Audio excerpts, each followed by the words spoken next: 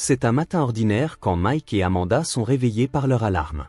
Tout heureux de fêter leur anniversaire de mariage, ils se remémorent leur début entre complicité et tendresse. Mike aimerait déjà passer à l'action, mais Amanda préfère garder l'ambiance romantique pour le soir. À l'école, Amanda enseigne la pollinisation à ses élèves. Après la classe, une petite fille reste derrière, peinée par les moqueries de ses camarades à cause de ses vieilles chaussures. Amanda la réconforte, il n'y a rien de mal à aimer les choses anciennes. Après avoir décliné une invitation de collègues pour un verre, elle est surprise de voir Mike arriver avec des fleurs et des vêtements d'ado démodés.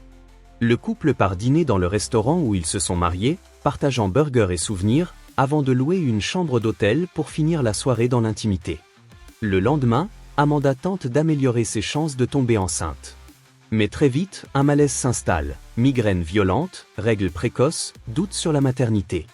Mike l'encourage, ils garderont le berceau acheté, convaincus qu'ils y parviendront un jour. Au travail, Mike surprend un collègue en train de regarder Dom Dummy, une émission dégradante où des candidats acceptent des défis absurdes pour de l'argent. Un jour à l'école, Amanda s'évanouit subitement.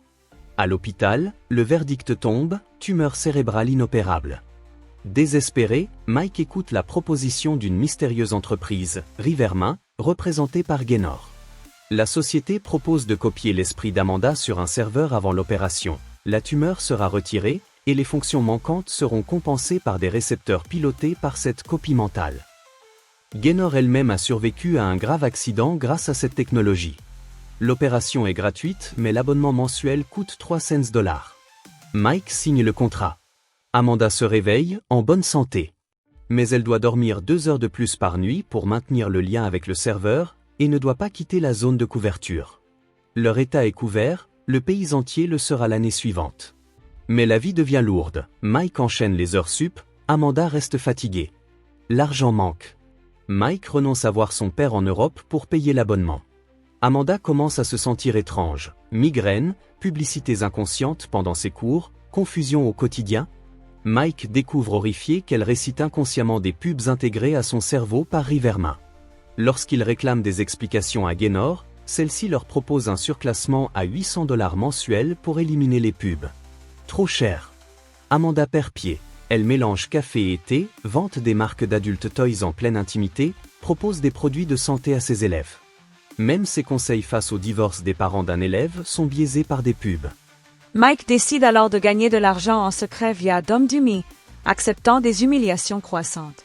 Amanda, épuisée, dort 12 heures par nuit non pour se reposer, mais parce que son cerveau alimente les serveurs de Rivermain. Une mise à jour étant cette veille prolongée pour pousser les clients à acheter Rivermain Luxe, un abonnement à 1000 $ promettant des capacités sensorielles accrues via une application mobile. Amanda refuse ce luxe hors de prix. Mike, acculé, participe à des défis extrêmes, comme se coincer la langue dans une tapette à souris, pour acheter à Amanda quelques heures de ce forfait luxe.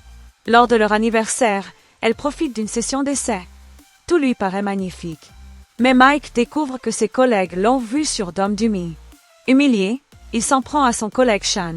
Ce dernier meurt accidentellement sur le chantier. Renvoyé, Mike doit avouer son licenciement à Amanda. Sans revenu stable, ils ne pourront plus payer l'abonnement et Amanda sera submergée de pubs, risquant de perdre aussi son emploi. Chez Rivermain, Gaynor est inflexible. Sans paiement, pas de solution.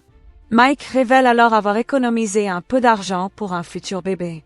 Mauvaise idée. Gaynor précise qu'une grossesse entraîne un coût supplémentaire de 90 $ par mois pour ajuster l'IA au fœtus. Un an plus tard, ruinés, ils vendent le berceau à un groupe de musiciens pour leur clip. Avec l'argent, Mike achète une ultime session luxe de 30 minutes pour Amanda.